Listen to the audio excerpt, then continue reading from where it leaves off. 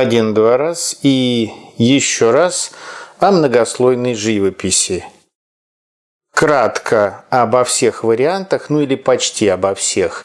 Итак, для многослойной живописи характерно наличие нескольких именно работающих слоев, от чего и возникает просвечивание, обогащение цвета, сложное светоотражение. Традиционно многослойная живопись противопоставляется технике а-ля прима в один прием, но стоит только там использовать тонированный грунт или имприматуру, которая может очень даже влиять на колорит, или, скажем, подкорректировать свой однослойный, быстро исполненный натурный этюд уже в мастерской, после высыхания положить обобщающую лессировку в тенях или чуть подсветить белила на блике, вот уже и многослойная живопись получается. Условные названия типа голландский, фламандский, итальянский метод пока опустим. Прежде всего нас интересуют слои и последовательность. Упоминал имприматуру или подцвеченный грунт, цвет основы. Это важный момент. В случае с многослойной живописью это принципиально либо светлый, может быть светло-серый, например, грунт имприматуры, либо темный, либо насыщенный, какого-нибудь цвета охры-красный, да. Голландцы использовали и двухслойные грунты, слегка просвечивающийся серый, можно уже засчитать за имприматуру, поверх красно-коричневого. Ну, тут, понятно, некоторая колористическая сложность была заложена уже на этом этапе. Подготовительный рисунок может быть едва намечен кистью, а может быть и детализирован. Но стоит сразу определиться, в каком слое нам нужны будут эти детали. Сначала снег, потом фигурки на снегу. Ну не наоборот же, написать горожан, а потом вокруг белилами обкрашивать, снег писать. Небо, а поверх прозрачный парус. Поэтому пока небо не написано, рисунок паруса вообще ни к чему. Написать тоже дерево поверх неба бывает логично и более чисто по исполнению, чем, боясь потерять первоначальный рисунок, пытаться закрасить небо между ветками. Ну, хотя такой прием тоже есть, но это принципиально другой подход и другой результат. Итак, светлый грунт, монохромная безбелильная пропись, обычно теплые пигменты вроде умбры, слой тонкий, контрасты снижены. Далее основной живописный слой, где мы работаем в обе стороны, темним тени, светлим цвета. Это полноценная живопись, где пропись перекрывается прозрачно в тенях, добавляются рефлексы, такие же полупрозрачные слои, но мутные среды, используются на поворотах формы, на светах. Слой плотный, даже фактурный, если нужно, чтобы проявить фактуру там, корку лимона, например, да, или это фактура возвышения необходима для ловли дополнительного бокового света, чтобы усилить эффект. Лессировки обычно это опять безбелильный, неукрывистый корректирующий слой. Можно обобщить, повысить насыщенность, добавить детали. Бледный орнамент на светлой драпировке, например. На мой взгляд, это самый рабочий вариант, без лишних движений и один из самых быстрых. Логика наложения слоев – холодный, теплый, плотный, прозрачный.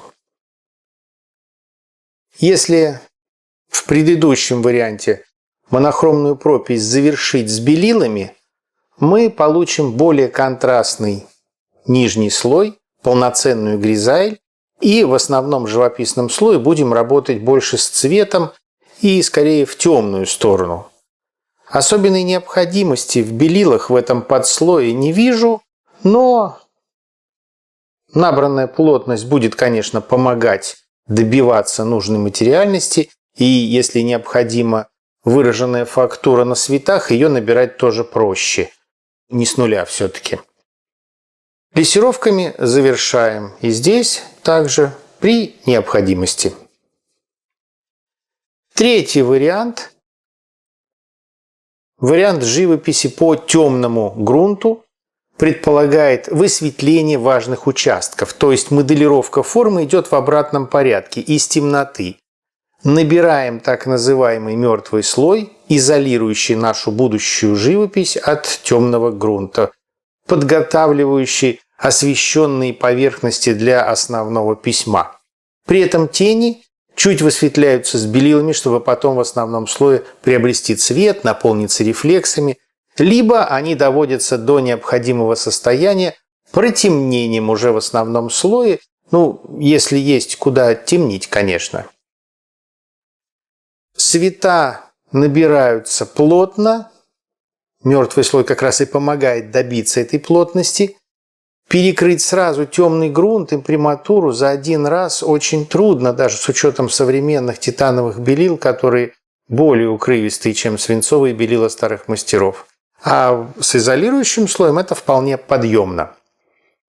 Самое ценное, что не хочется закрасить, забить, потерять, это переходы света и тени, где могут светиться холодные полумутные среды, полупрозрачные края мертвого слоя. Такой изолирующий слой может быть неоднороден по цвету, холодный серый, голубоватый на лицах, открытых участках тела и плотный, но уже подцвеченный на одеждах. Бледно-красный, светло-синий, серо-зеленый и тому подобное. Это изолирующая подложка, где корректирующие лессировки как раз поднимут эти цвета до нужной насыщенности. Добавят деталей. Следующий вариант, так называемой лессировочной живописи, глейзинг, предполагает расцвечивание не цветной, но по сути готовой картины. То есть после монохромной, неконтрастной прописи мы продолжаем работать в обе стороны тоновой шкалы. Глубоких теней добиваемся прозрачными слоями и набираем цвета плотными укрывистыми красками с белилами. Все это мы делаем в монохроме. Получаем гризаль, такое серое изображение, иногда с просвечивающимися более теплыми тенями. Зависит от того, какая пропись была. Далее работа ведется прозрачными лессировочными красками и меньше полумутными средами с малым добавлением неукрывистых белил. Цинковых, допустим. И этот, по сути, лессировочный слой и есть основной живописный. Он может быть не один, но тут есть опасность, которую знают все акварелисты. Бесконечно нельзя накладывать прозрачные цвета друг на друга, особенно сложный на сложный или даже комплементарный на комплементарный на комплементарный. Да и в целом такая живопись более напоминает акварельный подход. Иногда это сходство еще усиливают, делая светлую, менее контрастную подложку с преобладанием белил. У старых мастеров я такого не встречал. Просвечивание слоев, которое мы наблюдаем сейчас, не всегда уместное. Проявляются какие-то нежелательные изменения в композиции, просвечивается рисунок и тому подобное. Такое просвечивание не лессировочная живопись, а увеличение показателя преломления масла, входящего в состав красок. То есть краски старых мастеров стали более прозрачными со временем. Можно использовать и цветной подмалевок по светлому грунту, жидкими красками. С белилами или без есть выражение «белила – яд живописи». Имеется в виду, что белила замутняют цвет, делают из прозрачной краски укрывистую, а значит цвет не проходит сквозь слой, а отражается, тогда как в тенях нам нужно именно прозрачные слои, чтобы свет прошел как можно глубже, рассеялся, потерялся, не вернулся. Поэтому такой подмалевок логичен безбелильный, но иногда все же используют белила, стараясь ограничиться областями света. Иногда такой подмалевок не дожидается полного высыхания и является частью одного сеанса. Тогда просто применяют более тощий разбавитель в начале в подмалевке, более жирный в конце. Больше масла, больше лака. Лессировочный слой после высыхания основного слоя никто не отменял. Как раз можно несколько усилить тени темной прозрачной лессировкой, прибрать нежелательный разбел, мутность при необходимости. Ну, а дальше будет дальше.